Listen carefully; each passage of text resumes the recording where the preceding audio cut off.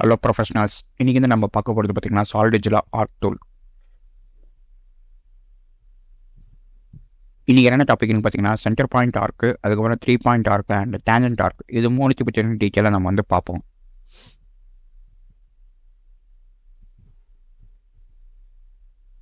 இப்போ வந்து பார்த்திங்கன்னா சாலிடெட்ஜில் பார்ட் என்விரான்மெண்ட்டில் நான் வந்து ஆக்டிவாக இருக்கேன். அதே மாதிரி வந்து உங்களுக்கு வந்து இந்த பிளைன்ஸ் எதுவுமே வந்து விசிபிள் ஆகணும்னா நீங்கள் வந்து இந்த பேஸ் ரெஃபரன்ஸ் பிளேன்னு சொல்லிட்டு ஒரு மாடல் ட்ரீலேருந்து உங்களுக்கு வந்து அவைலபிளாக இருக்கும். இந்த ஐக்கான் வந்து கிளிக் பண்ணிங்கன்னா உங்களுக்கு வந்து பிளைன் வந்து ஹைட் ஆகிடும். மறுபடியும் வந்து இதை வந்து கிளிக் பண்ணிட்டிங்கன்னா பிளைன் வந்து ஷோ ஆகிட்டு இருக்கும்.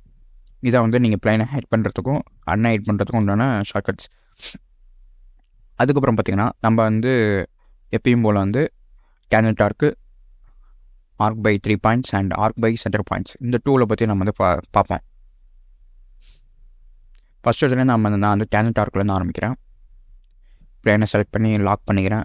Ctrl+H கொடுத்து வியூ நார்மல் டு பிளேனு கொடுத்துக்கிறேன்.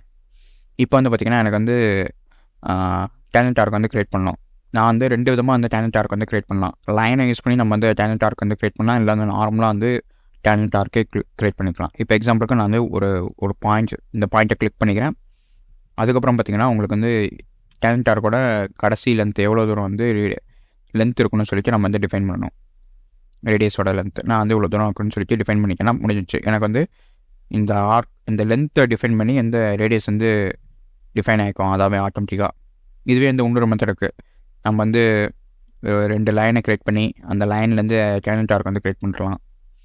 இங்கேருந்து ஆரம்பித்து இங்கே முடிச்சுக்கிறேன். மறுபடியும் இதுக்கு ஸ்ட்ரெயிட்டாக வந்து நான் வந்து இன்னொரு இது க்ரியேட் பண்ணிக்கிறேன். First point and second point create பண்ணிக்கிறேன். இதுக்கு 8 தான் எனக்கு வேணும். இப்போ அந்த டேஞ்சன்ட் ஆர்க் கமாண்ட் வந்து நான் வந்து கிளிக் பண்ணிக்கிறேன்.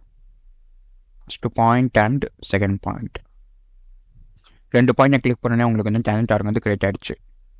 இப்போ நெக்ஸ்ட் வந்து பார்த்திங்கன்னா உங்களுக்கு வந்து ஆர்க் பை 3 பாயிண்ட்ஸ், அதாவது 3 பாயிண்ட் ஆர்க்கு.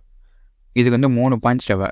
இப்போ நான் அந்த எக்ஸாம்பிளுக்கு ஃபஸ்ட்டு பாயிண்ட், அதுக்கப்புறம் வந்து கிளிக் பண்ணி ட்ராக் பண்ணி கொஞ்சம் தூரம் எவ்வளோ தூரம் வேணுமோ அவ்வளோ தூரத்துக்கு வந்து செகண்ட் பாயிண்ட்டை கிளிக் பண்ணிவிட்டு அதுக்கப்புறம் தேர்ட் பாயிண்ட்டை டிஃபைன் பண்ணுறதுக்கு ஆர்க்கோட கர்வேச்சர் வந்து டிஃபைன் பண்ணுவோம். அது ரேடியஸ் நான் வந்து இவ்வளோ தூரம் வச்சுக்கிட்டு நான் வந்து தேர்ட் பாயிண்ட் வந்து டிஃபைன் பண்ணிட்டேன். இதே பார்த்திங்கன்னா first point, second point and third பாயிண்ட்டுக்கு. அதுக்கப்புறம் பார்த்திங்கன்னா ஆர்க் பை சென்டர், இது வந்து ஒன்றும் இல்லை. சென்டர் பாயிண்ட் வந்து ஆர்க்கு சென்டர் பாயிண்ட், அது வந்து ஃபஸ்ட்டு பாயிண்ட் வந்து டிஃபைன் பண்ணிக்கிறோம்.